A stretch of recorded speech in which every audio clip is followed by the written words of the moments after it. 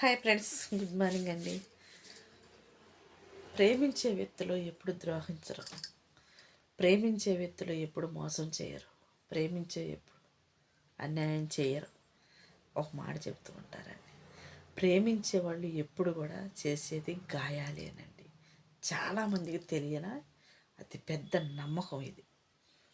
నా భర్త నన్ను గాయపరచట్ల, నా భార్య నన్ను అవమానపరచట్ల, నా భార్య నన్ను ప్రేమగా అభిమానంగా లాలిస్తుంది, పాలిస్తుంది.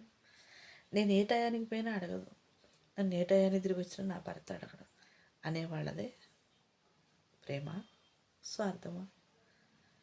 ఏరకపోయినా కానీ నమ్మకంతో ఉండేవాడు, ప్రేమతో ఉండేవాడు, అడక్కోకుండా ఇంట్లో పెట్టుకునేవాడు భర్త.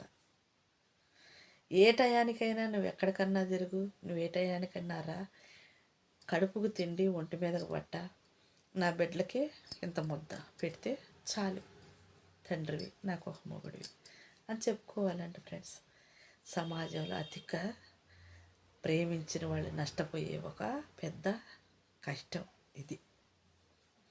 ప్రేమించిన కాబట్టి నా బిడ్డలకి తండ్రిగాను, నాకు ఒక భర్తగాను ఈ కష్టాలను భరాస్తున్నా, ఈ నిందలను భరాస్తున్నా, ఈ అవమానాలను భరాస్తున్నా అని చెప్పేసి ఫ్రెండ్స్ చెప్తూ ఉంటూ ఉంటారు. ఎప్పుడు స్నేహితులతో కావచ్చు, ఫ్రెండ్స్తో కావచ్చు.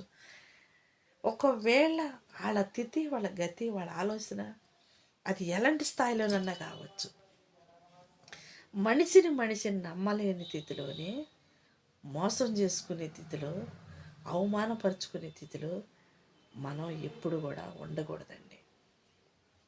ఎందుకు ఒక మనిషి అవమానపరిచింది, అవమానపరుస్తుడు, అది ఆడది కావచ్చు, మగవాళ్ళు కావచ్చు.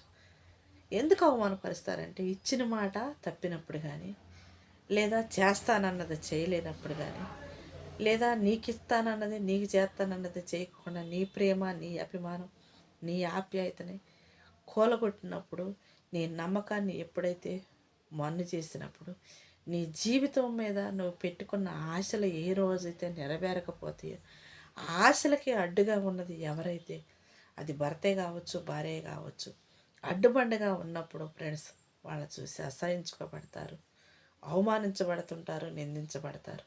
చెప్పిన మాటని, చెప్పిన పనిని చేతకానిలాగా, ఒక చేయలేని వాళ్ళలాగా మిగిలిపోతూ ఉంటారు. అలాంటి వాళ్ళు మాట ఇచ్చి తప్పిన వాళ్ళని ఏదో ఫ్రెండ్స్ అయితే అంటారు, వదిలేస్తారు. కట్టుకున్న భార్య అంటే అలాగా అని వదిలేయరు కదండి. జీవితాంతం వాళ్ళు ఇచ్చిన మాటను నిలబెట్టుకోలేనప్పుడు ఆ బాధ ఎంత కఠినంగా ఉంటుందో ఆ భర్తకే తెలుసు, ఆ భార్యకే తెలుసు. అలాంటి శిక్షణ ఒకసారి మనం అనుభవించినప్పుడు రెండోసారి అలాంటి పరిస్థితిలో మనం వచ్చినమంటే ఆ మాట ఇవ్వకూడదు. మనం నెరవేర్చలేనప్పుడు, మనం చేయలేనప్పుడు ఇవ్వటం అనవసరం. చాలామంది మాట మీద నిలబడలేని వాళ్ళు ఉంటారు, మాట ఇచ్చి దాటేసే వాళ్ళు ఉంటారు. అవసరం కోసం ఎన్నో అబద్ధాలు చెప్పేసేసి తాత్కాలికంగా కాలం గడుపుకునే వాళ్ళు ఉంటారు.